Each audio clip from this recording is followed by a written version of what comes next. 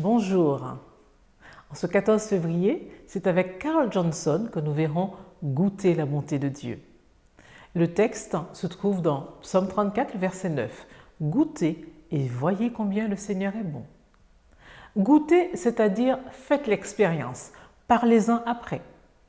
Il y va de votre crédibilité.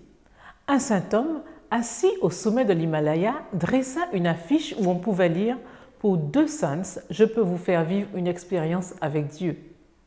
Les gens venaient de partout pour le voir. Il leur demandait de déposer leur argent dans un petit bol près de lui.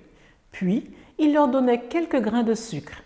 Il leur disait de manger le sucre sans leur demander de décrire ce qu'ils goûtaient.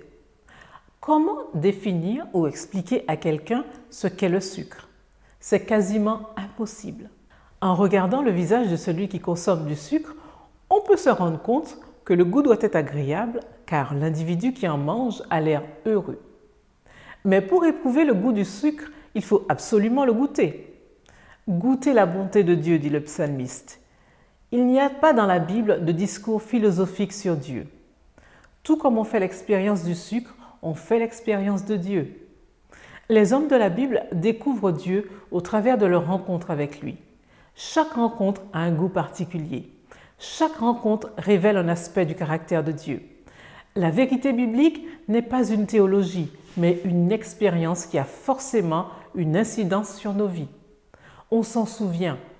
La vérité est ce qui nous touche et nous transforme. Si Jésus dit qu'il est la vérité, c'est qu'à son contact, nous sommes transformés.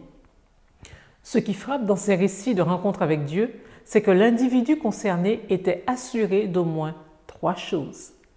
Il savait que c'était Dieu qui s'adressait à lui. Il comprenait ce que Dieu lui disait. Et troisièmement, il savait ce que Dieu voulait qu'il fasse. Si toutefois il avait un doute ou n'avait pas bien saisi les paroles de Dieu, Dieu répondait par un signe. Ce fut le cas pour Gédéon, dans Juge 6. Quand Dieu rencontre l'homme dans la Bible, c'est très souvent pour lui confier une mission précise. L'expérience de Dieu n'a pas pour but de créer en nous un état mystique. C'est une expérience concrète, invitant l'individu à un engagement immédiat. Ce n'est pas une expérience de bien-être, de convivialité, mais de mission. Goûter la bonté de Dieu pousse l'homme à la repentance, à un profond désir d'obéissance motivé par la reconnaissance. Suis-je digne? Et je me dois sont les tenants incontournables d'une vraie expérience avec Dieu.